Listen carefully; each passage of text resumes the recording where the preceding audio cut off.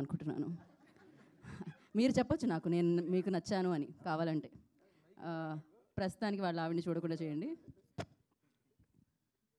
First వాళ్ళతో మాట్లాడమంటారా మీకు చెప్పేయమంటారా?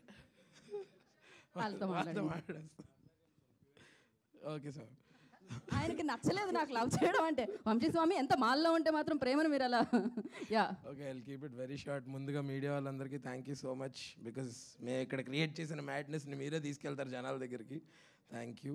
And Sandeep, నువ్వు ఈ మూమెంట్ కోసం ఎంత వెయిట్ చేస్తున్నావు 5 years నుంచి I know, so I'm really happy for you. And Vishwa sir and Kriti ma'am, thank you so much for believing in our story. I'm calling it our story because we all worked like a family for this film, and I really want all of them to see this as soon as possible. So December 12th.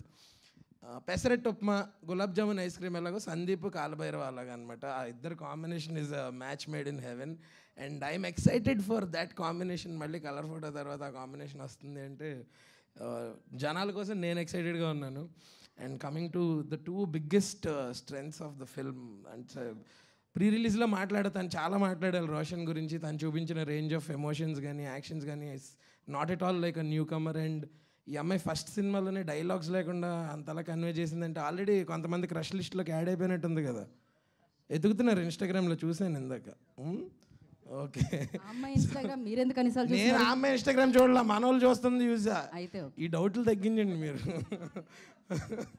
So ఇలాగే మా సినిమాని అంటే సందీప్ మీలో ఒకటిగా మనందరిలో ఒకటిగా ఒక short film maker నుంచి ఒక సినిమా తీసి దానికి నేషనల్ అవార్డు సాధించాడు.